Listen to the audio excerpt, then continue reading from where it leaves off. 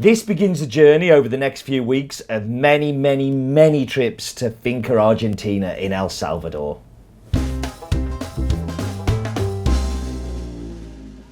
So this week we've got something a little special. We are going to go back in time to episode 193, where Alejandro came across to the UK with a wonderful moustache, the best moustache you've ever seen, and did a talk at North Tea Power in Manchester.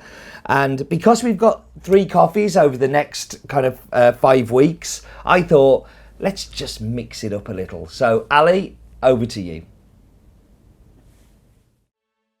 If you can see, come back a bit, because you're too tall. Can somebody get him like a boss? I'll do the comedy. Alright. Right. So I've done really well with the microphones, by the way. I have 2 of these. One of them is here, one of them is at the roastery.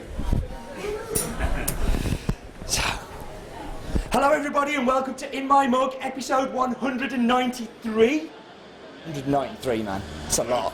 On Monday, the 23rd of July, 2012. Don't say it's not Monday, because that will break the magic of the internet. My name is Steve Layton, and thank you very much for joining me. Today, I am joined by somebody who is very special. Didn't go to a special school, he's just very special. And his name is Alejandro Martinez. He's from Finca Argentina in El Salvador. And the coffee we're going to talk about this week is from Guatemala, and no, we best not. We best talk about your coffee if you're going to be up here. It's up to you, you decide. So the coffee we're talking about today is Finca Argentina from El Salvador. We're going to be trying the washed coffee as the In My Mug subscription. But being as though we're here at the wonderful North Tea Power, round of applause for yourselves. We have an audience! At the North Tea Power in the northern quarter of Manchester. We're going to be having lots of fun while we do it. So, this is the part on the video where I normally talk about the coffee. And I say, oh, it's an elevation of 1,300 metres, it's in El Salvador, it's in the Abenaki mountain range of El Salvador. But why would I do that when you're here? So you can do all the hard work. So, what we do now is we tell the lovely audience at home and the lovely audience watching a little bit about where the farm is, what varietals it grows, things like that. So I'm going to take the microphone out of my pocket. Hand it over. No, okay, I'll keep it. Keep it. It's fine. So Finca Argentina is in El Salvador, is at 1,300 meters above sea level, and is basically in Aguachapan, which is a department in El Salvador, and is in a town called Turin is the name, like in Italy, Turin. Yeah. But it's not as nice though as in the Italian town. But it's further up in the mountain, very volcanic. Right in the property we have actually hot mud from like a vein from the volcano. So no coffee grows there, everything burns out. I remember as well on the mountain you have like, there was like a steam jet coming out when we were there. Yes, and the farm next to us has a big steam jet coming out. And they were doing some geological research actually in the property, and they put some big tanks to test for geothermal power as well. So very volcanic, and the coffee is grown. The one that we sent Steve is in the best part of the farm, and 1,300 to 1,350 meters above sea level. So you actually have a name for that part of the farm as well? Where we take that coffee is called San Jorge. St. George for all of you, which is very British, I guess, patron of England, right? And is the Bourbon varietal is what we do. And usually Steve is very demanding, I would say. So he asks. Don't tell him that. He usually asks ahead of time what he wants. So it's like, could you do these for me this coming year, or can you try this method for processing? So that's why we usually ship him the washed, semi-washed, and pulp natural. And this coming year we're going to try some crazy stuff. We cannot say it yet because we don't know how it's going to turn out. But if it turns out good, then probably you'll try it as well. Yeah. Now we've got lots of experiments lined up for Argentina, because Alejandro is kind and he lets me be really silly with my crazy demands, and that's why we have such amazing coffee. Up until we started buying from the farm, you'd never done pulp natural at the mill, had you? No, I was telling some people before that usually the pulp natural that the mills do is for the leftovers. So the leftover coffee, the floaters and the crap. That's what they dry up in patios in the pub natural way, just so it camouflages the flavor a little bit. And they're able to sell it not as a high price, but get something out of it. So they thought I was kind of crazy when I told them, it's like, no, I want to get ripe cherries and just dry them out. And they thought, like, sure, we'll do that, but okay, why would you want to do that? Well, Steve asked for it, so what do I know? It's crazy. Like the second time I visited, everybody at the mill was kind of chuckling at me, and it was like, why are they laughing? And Alejandro was saying, they're laughing at the cascara you asked them to do. They're saying, like, normally that just gets thrown away. They're asking if you want to take the trash with you back as well. So, but I mean that cascara last year was phenomenal. It was like just an amazing cascara. So, and the pulp natural, the stuff that all doesn't know, for me is the highlight of this year. I think it's absolutely stunning.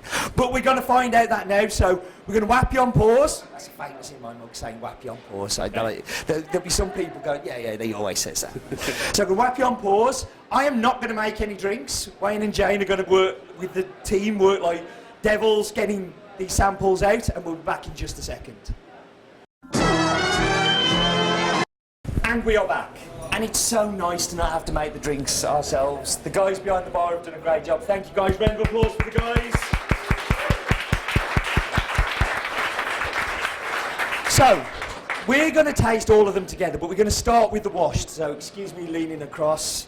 So, has everybody got the washed? That's the one that I really wanted everybody to try. So, if you can try it now. So, for me, it starts off like a very, very typical El Salvador. And El Salvador's typically a sweet, chocolate, balanced, smooth, just a nice, easy drink. But on the back end, I get this like orange, and I've got the descriptor on the back as blood orange, because it's a very sweet orange. It's not, you were complaining this morning about the orange juice in the hotel. No, not the oranges, the oranges. They were oranges. very bitter. Yeah. And that's like, this is a sweet orange, this is very different. And I get this like little shoulder, a blood orange in there, and I really like. Well, what do you think? No, I think that's right. He thinks I'm right. So has anybody else got any other descriptors from this coffee? And nothing is ridiculous, nothing is too stupid. Like, I've had strawberry dipped in cow dung before, so you can have really silly descriptors. So has anybody got any descriptors other than that? Buttering. Pardon? Dark grapes, for sure. I think the acidity is very, very like winey-like. That's good. Any others? If I was going to describe it as a shape, it would be very cubic. It is very efficient. There's a lot of flavour in there. Well balanced. Very cubic was the description there. And I can't, it's for me, it's a perfect El Salvador. It's like, it's got all of the balance that I expect. It's got all of the smoothness and the balance. It's nothing is out of kilter. Nothing is. We may find that a little bit further on, but this one, I think, like, works really well in a blend. I love blending with this coffee. If you sold me some more this year, I'd blend with it more. But you didn't sell me enough. Well, we had a bad crop this year. So. And that's actually a good part. I'm going to give you the mic. I'd like to just kind of talk to the people about what happened in El Salvador last year and why it was different. Sure. Do you want me to talk about that? Yeah, so why was the crop down? Well, last year in October, usually the wet season starts to go away. September is very rainy, and then October starts to get more dry. And we start harvesting depending on the altitude of the farm, but usually in October you get the low altitude farms, they start the farming. Then November, the medium altitude farms. December, January, February, you get the high altitude farms. And unfortunately last year we got in October, towards the end of October, 10 days of straight rain, and that really messed up the crops for everybody. And it rained. It wasn't that it rained that all those days. It rained very heavily. So we got in 10 days the amount of rain that we usually. It was about 40% the amount of rain that we usually get in 1 year. We got in 10 days. So it was a big mess in the country. And even if you were able to go and pick up the coffee, you couldn't get it out of the farm because there were no roads. All the roads were washed out, and it just complicated everything for everybody. So yields were down about 40% across the board, pretty much. And I kind of got that from lots of other producers as well, that they had the same problem. So they were able to pick the coffee, and it sat on the farm, and just rotting. Because if you don't get it to the mill in time to do the washed process that this one is, or the other processes, then you're in trouble. The coffee's not going to be very good. So somebody also asked before we did these what washed coffee meant, and basically what happens, you depulp the coffee once it's picked. So the coffee's in a cherry, you remove the cherry. Now on Argentina they do it a little bit differently to lots of other places, where they don't use water to submerge it under. They just depulp it and leave it to ferment in its own juices and its own kind of mucilage, and then they do the wash process 8 hours later. They'll run it through the water mill and take the mucilage off that's broken down, and I think that comes across in the cup as well. That's where lots of that sweetness is coming from. It's kind of almost like a pulp natural, but not. The mucilage stays around a little bit longer, and it was interesting to talk about that earlier. But moving on, the pulp natural. So have we all got pulp natural, or yeah? Let's try this one.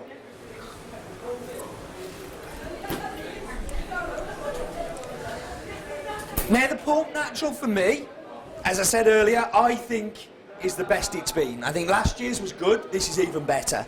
It's like the washed in many ways, but it's almost like it's had some steroids. It's kind of got a little bit more sweetness, and the acidity is much more pronounced. That grape acidity you got, I get that a lot more in this one than I think I did in the first one. It was there, but here it's like, it's heightened, it's kind of bigger. Has anybody else got any other descriptors for this coffee? Cuban cigar. Wow. I've not got a Cuban cigar before now. It's specifically Cuban, not Nicaraguan or anything. It's definitely Cuban. Cool, I like it. Any others? Cola syrup. Yeah, cola is a very good one. I've been finding lots of cherry colas in the El Salvador coffees this year. Like, there's little hints of cherry cola, and cola for sure, and it's that sweetness, because it's hyper sweetness. It's not your normal sweetness, it's just that little bit more. Any others? Plastic wrap coffee biscuits you get in the hotel with caramelised sugar inside. Caramelised sugar again, so we keep coming back to this sweetness, and I couldn't agree more. It's just, this is sweet, sweet, sweet. What do you think? You can taste more sweetness, I think, and I think it balances out a little bit of the acidity. I think on the wash you feel, at least I get more of I can feel more of the acidity than I do on the semi-washed, because it's sweeter, and I think it balances out a little bit, but that's me. Cool. No, that's super. So, pulp natural or semi-washed. Keeps making me say semi-washed. He doesn't like pulp natural. That's how they call it at the mill. Pulp natural, they don't know what it is. So. Okay. So it's what you take the cherry off and then you whap it straight on the patios to dry with the mucilage on. So you don't leave it in the tank for 8 hours and then wash it and dry it. It goes straight onto the patio. And I think that's a reason for lots of the sweetness, because the mucilage is quite sweet, and you're getting the sweetness of the fruit kind of imparting itself to the coffee bean. So that's the pulp natural. Moving on to the natural. Natural cups, everybody? Yeah, good. Now this is Marmite. You will either love natural coffees or you'll hate natural coffees. Most people in the coffee industry hate natural coffees. I love them because they're interesting. They're normally the ones that divide opinion, and they make you have an opinion. Like that, the washed coffee is lovely, but you're not going to be offended by it. It's not, everybody's going to go, that's nice. I love it when somebody goes, wow, that's different. So let's, yeah, that's different. So I've been blending with this coffee for around about 3 or 4 weeks now. We used it in our Blake, and what it does, in a cappuccino, this is phenomenal. You get that funky fruit. You get almost like, if you've had cascara, which is the cherry, dried cherry on it, this tastes of the pulp. Yeah. You can taste the farm. It's like walking onto the farm during picking season and getting that waft of smell. That's how it smells, what you taste in there. Very fruity, a little bit of dried fruit as well. I'm kind of thinking a little bit of like sultana, stuff like that. Has anybody else got any other descriptors for this one? Good quality rare steak. Rare steak. Okay, I can go with that. It's meaty, it's got a real body to it and a real presence. What was the other one? Fig rolls. Yeah, I could go with that. That whole kind of fig, dried fruit thing for sure is definitely there. Any others? It's a little bit like golden grain. Golden Graham. Now, I haven't had Golden Grahams for years. I'm now going to have to go back and look at Golden Grahams. That's interesting because I wanted to say that as well, that there's some sweetness. There is sweetness in there still. You can still taste that coffee underneath, but what you mainly taste in this one is it's pulp. It's that, you know, you're tasting process with the sweetness underneath. And that's why I think it's such a great coffee, because you can still taste them. Bad naturals just taste of pulp and don't taste of anything else. This has other things going on, like golden grahams, like unusual flavours. And say the cappuccino, it is phenomenal. It really cuts through the milk well. We've been playing with it a lot, and I really like it. I mean, what do you think of naturals? What? Personally, I like them. Yeah. Although I think I like the wash better. Yeah. But like Steve said, they're interesting. Every time they're used in a blend, you can easily pick them up because it has that like pulp flavor at the back. When you drink it, you can just taste it. So what I like about it is that it adds a little bit of sweetness into your blend, so it helps out a lot. And this one, I think, is better than last year's. Yes. Yeah, I think it's more balanced. And last year, I think it was a little bit more punchy. It was like, oof. And this one, you taste it, and it's mellow, and it's like an even profile that you can taste, so it's very clean, and I like it a lot. For sure, I think it's a more grown-up natural. Like, because sometimes naturals can be a bit juvenile, because they are like punch a flavour, smack in the face, and they are really kind of like bang. Whereas this, I think, it's still got some of the properties of the coffee in there. So, what we're going to do now is, are you ready for this, Wayne? Are you sure? I feel so sorry for this man. He's going to have the worst half hour of his life now. Because he gets so, like, every time I come in and he pulls me an espresso, I could just see him go, ah. So, we're going to have some espresso, and then we're going to come back. So, if you don't like espresso, have another brewed. But if you want to try the espresso, then Wayne will be very happy. This is the washed one, and then we'll be back with you in a minute.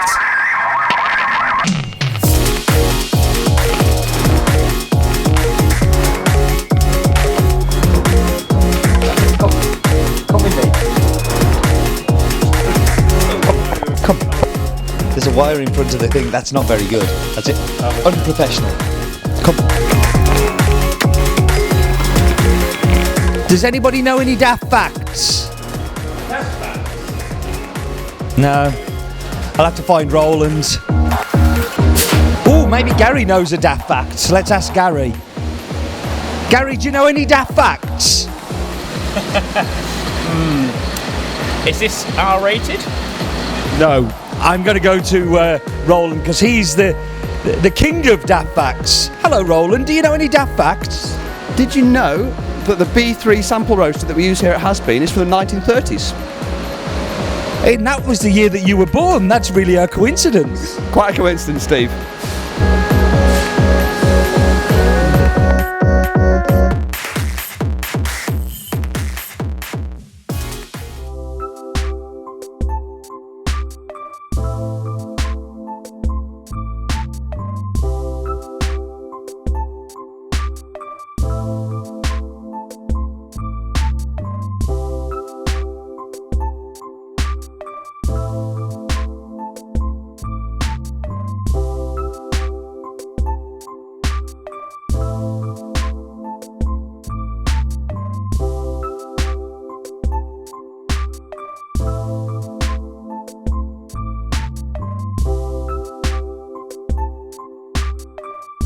So you keep sending in your pictures, and thank you for that. This week's is Monkey Coon. I'm sure I'm pronouncing that wrong, but like, you try and do better. You look at it on the screen.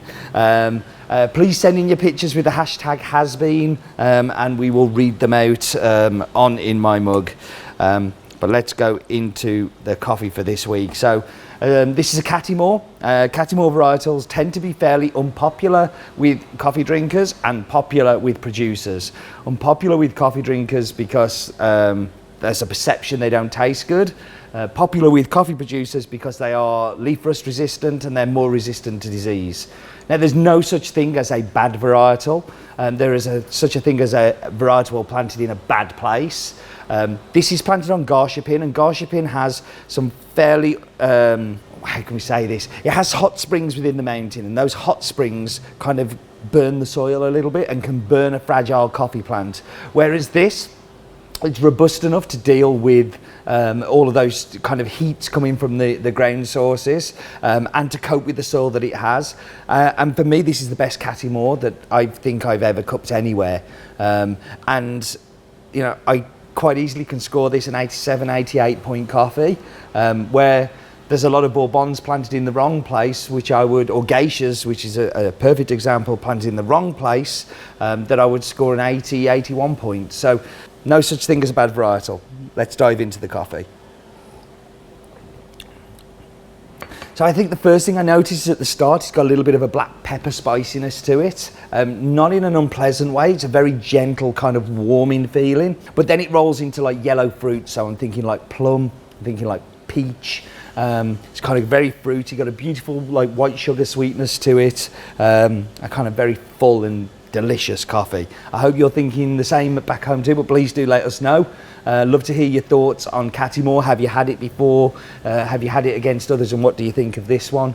Hope you enjoyed our little trip down retro lane and episode 193, which would be 2011-12. Next week we've got something a little bit more modern than that, but until then, thank you for joining me, and do remember, life is too short for bad coffee.